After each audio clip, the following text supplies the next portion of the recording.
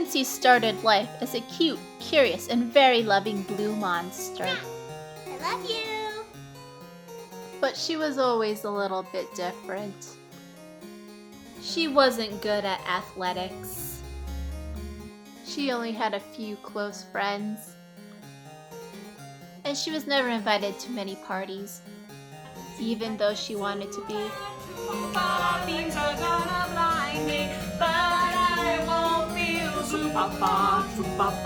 The only parties she went to were the ones in her head.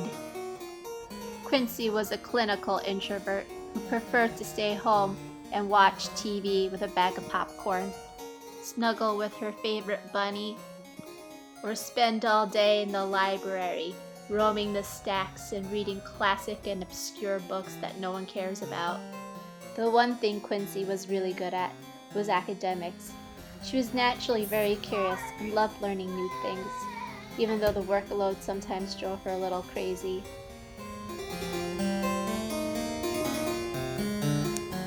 But her inability to connect with others took a serious toll on her confidence and self-esteem. Hello? She couldn't connect with Kat. Why aren't you talking to me? Look, it's Marley. Say hi, Marley. Hey, where are you going? Dogs tried to eat her. Don't bite me. Humans thought she was weird. You having a good time? I was until now. Why? You don't like me? Well, I guess you can take a hint. What's there not to like? I think you're dumb. Well, Merry Christmas to you too. Hi. Ow. She even had learning. problems with technology. Alexa. Do you love me? A monster is a hideously grotesque animal or What? human being. Excuse or a hybrid you. of both. You've offended me. Sad and alone, she started to sing about her feelings. Zero love. Zero love. Zero love. I got no love. Zero love. Zero love. I got no love. At one point, she seriously considered always going say, pro. Dress for the job that you want. And me? Well, I want to be a diva. But her talent didn't quite cut it for showbiz. The diva life. Oh, the diva life. Champagne for breakfast and chocolate. And an entourage. She also lacked star Don't power. leave me ever. Oh no, my hair fell off. Oh boy.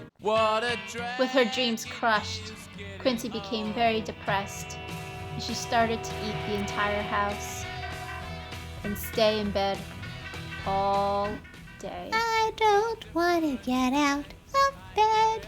Not today, I don't. Not feeling too good today. But after a while, she had to get out of bed to pee. In the bathroom mirror, she looked at herself and declared that she would become a new blue monster. If people won't love me, then they can fear me instead. No more crying in bed. She was going to become very important indeed. People were going to pay attention to her and listen to everything that she said, whether they liked it or not. So she went to grad school at the University of Chicago, because that's where the big and important people were. University of Chicago has some very big people here. He must have been a real big guy. Look at that head. Quincy worked very hard and dreamed big dreams of being very important and very scary. I'm the scariest monster in the world. Everyone's afraid of me. I'm not afraid of anything. Quincy, of course, graduated from the top of her class and landed a very prestigious job at the University of Chicago as a professor of fear. I have a dual degree in monster science and fear engineering from the University of Chicago. I'm Professor Blue Monster. Quincy Blue Monster, PhD. Quincy soon established herself as the world's leading expert on fear. She was immediately granted tenure and walked around campus feeling oh so very important and scary. Checking out the cool view. Look at this. You can see all She loves the ivory tower life. It's beautiful. The only problem was that no one attended her classes because she would scare all the students. Feeling alone and rejected yet again, Quincy became an absolute menace. She would go around terrorizing everyone with scare pranks in order to boost her own ego. Scared ya? Scared ya? She became ruthless and showed no mercy to anyone. Of course, her roommate suffered the most. Oh, Quincy, you're seriously? Quincy was rich and really didn't need a roommate. All she wanted was some home entertainment. Quincy! What's for dinner? Did I scare you? Quincy, that was not funny. Your face was funny. Something's wrong with you. I know. Her roommates always moved out within a month because living with her was such hell. Hello, darkness. Then one day, Quincy started to notice a dark shadow following her. I've come to talk with you again. Because a vision She didn't like having a stalker. It looked like her, and that scared her. while I was sleeping Oh my god, stop following me! that was planted in my brain. Quincy didn't like being scared herself. She was the world's leading expert on fear. She wasn't supposed to be scared of anything, not even a shadow. In restless dreams I walk. Looks like I'm safe. I don't see any shadow behind me. Ah, good. I don't know why it keeps following me. I don't know what it wants. It's always there. And it sneaks up on me when I least expect it. I'm expecting it, so it's not there. Good. What's that?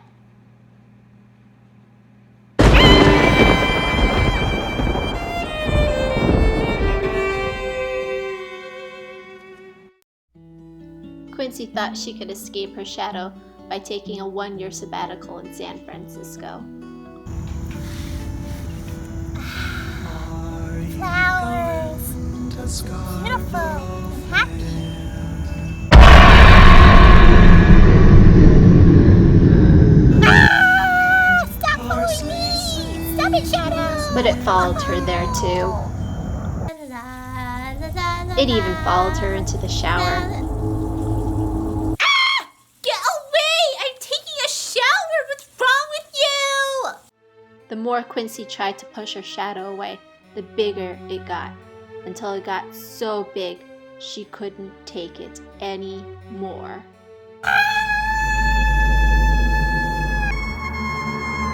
She finally decided to get some help. This is an emergency!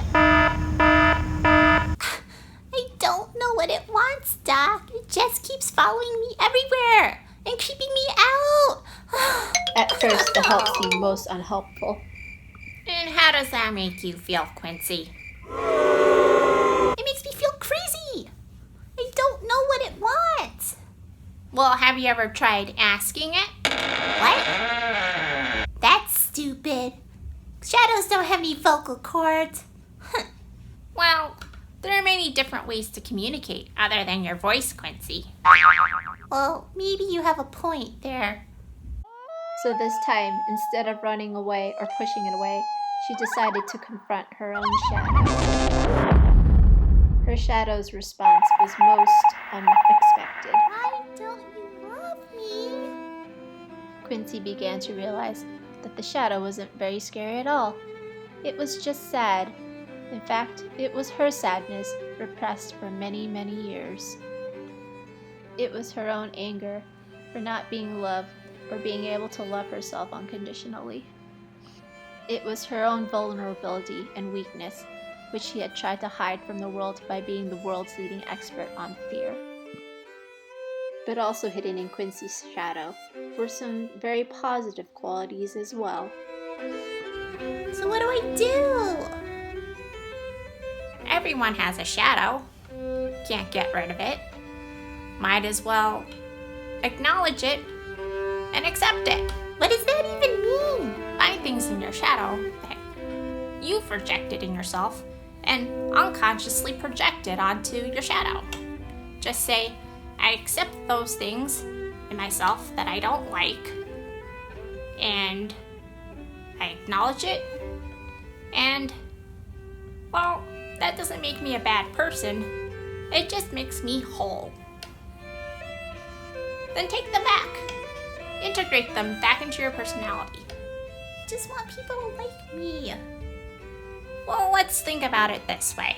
It's easier to make friends when you're a whole, authentic monster than when you're just showing the world half of yourself. I just don't want people to laugh at me or think I'm stupid. I'm supposed to be the world's leading expert on fear. What will people think of me if they know I'm scared? What will they think if they know I was scared of my own shadow? Well, people will think that you're just like them. This is stupid. Stupid as it sounded, Quincy knew she didn't have any other choice. Oh, She had to reclaim and integrate her shadow qualities in order to become you're not whole. mean. You're just assertive. Just other people don't like it. But that doesn't mean that you're wrong. And you're not dumb. You're just curious, so you ask a lot of questions. That doesn't make you stupid or dumb. And oh, you're not ugly. You're just very unique. There's no one like you. And that's a good thing. Because why would you want someone else's face? That's weird. Quincy finally realized that in order to connect with others, she had to connect with her true self. And in herself, she found a good friend indeed. Yay! At last, Quincy felt truly loved. But that's not the end of the story. So, I'll see you same time next week. What? Next week? But I just integrated. Well, Quincy, self-healing is a continuous process. Oh boy.